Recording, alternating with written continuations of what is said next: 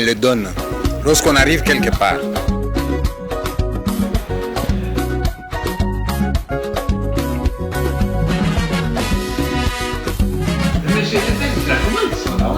Chez moi, l'énergie, c'est le public qui me le donne. Lorsqu'on arrive quelque part, on trouve que les gens sont tellement bien organisés. Bienvenue toutes et à tous. Bien voilà, chers internautes, chers amis, chers abonnés sur MC.News TV. Je ne voudrais pas terminer cette capsule sans remercier les personnes qui m'ont permis et qui m'encouragent toujours à faire des vidéos plus belles qu'avant.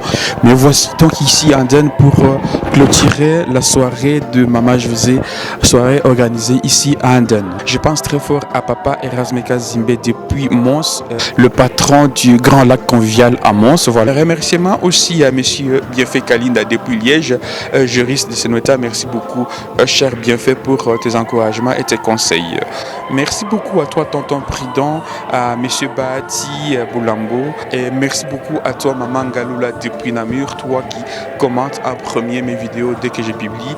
Tu es la première à encourager et à appuyer et à partager mes vidéos. Merci beaucoup. J'ai continué à faire des vidéos de cette manière-là et à vous apporter des choses qui vous intéressent. YouTube et Facebook, continuez à partager cette vidéo en bas de cette page et continuez à me dire aussi ce qui va et ce qui ne va pas sur cette page pour continuer. Voilà, donc je suis ici à Anden aujourd'hui pour continuer et clôturer en tout cas la soirée de Mama José, la soirée dont j'ai fait la publicité sur MC.News TV. La capsule il importe le moment. Merci, à tout à l'heure. Nous allons suivre maintenant la vidéo, la soirée de Mama José depuis la salle interculturelle. Merci, à tout à l'heure. Vous allez avoir, eh bien, il était une fois un monsieur de bonne volonté qui habitait la Belgique. Il entend parler de toute la misère qu'il y a au Congo. Il décide de prendre en charge un jeune homme. Il paye ses études. Et les gars, après beaucoup d'efforts, termine. Il est licencié en droit. Mais on constate que malgré le fait qu'il a une licence, il continue à demander de l'argent en Occident. Finalement, les gars qui le financent disent, mais j'ai payé des études, mon ami. Il dit, il n'y a pas de boulot ici, qu'est-ce que tu veux que je fasse? Alors il va le voir là au Congo, il lui dit, écoute, écris des lettres de demande d'emploi, envoie à toutes les entreprises qui existent.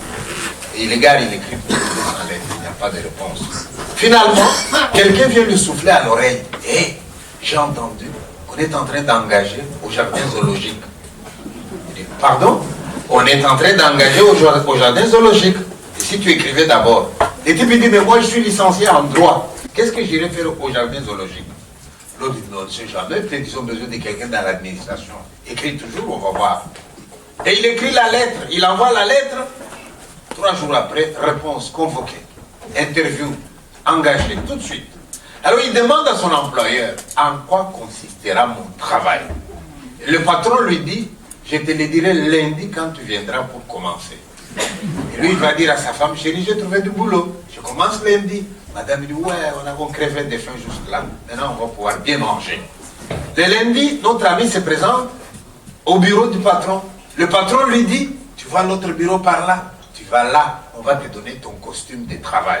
Et quand tu auras ton costume de travail, tu reviens ici et je t'explique en quoi consiste ton travail.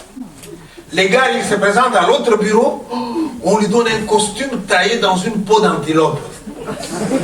Et les cornes de l'antilope sont là. Hein.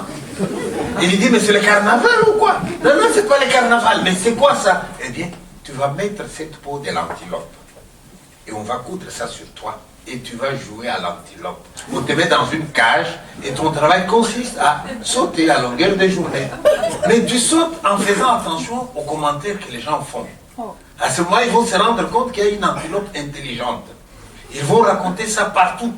Et les gens viendront de plus en plus nombreux pour voir l'antilope intelligente.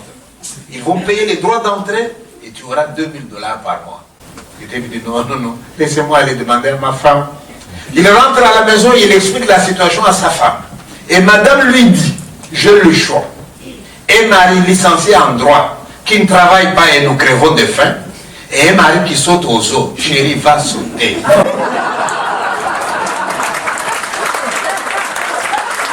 sauter. Il n'y a pas de son métier, va sauter. Du moment que tu rapportes 2000, c'est ça qui m'arrange, moi. Et voilà, il a l'autorisation de madame, le voilà qui va au zoo. On lui montre sa cage et les gars, ils sautent, et les gens s'arrêtent, ils font des commentaires, et etc. Et tout le monde raconte là, tiens, il y a une antilope intelligente. Et les gens viennent de plus en plus nombreux. Et puis on paye. À la fin du mois, $2000. Le type va donner à sa femme, tu vois. Allez, continue. Mais voilà que les écoles entendent parler aussi de cette antilope intelligente. Et les écoles commencent à faire des visites organisées. Le matin, l'après-midi, telle école, etc. Un jour, le pauvre, il avait tellement sauté l'avant-midi. L'après-midi, il était fatigué. Il s'est assoupi et il s'est endormi. Et pendant qu'il dort, les soigneurs viennent pour nettoyer la cage. Et comme c'est quelqu'un qui avait un grand respect des animaux, il s'est dit, je ne vais pas les déranger. Il les prend avec précaution et il les dépose dans la cage d'à côté. Je n'ai encore rien dit. Hein. Il les dépose dans la cage d'à côté et il revient et il nettoie la cage, il nettoie. Et quand il a fini de nettoyer,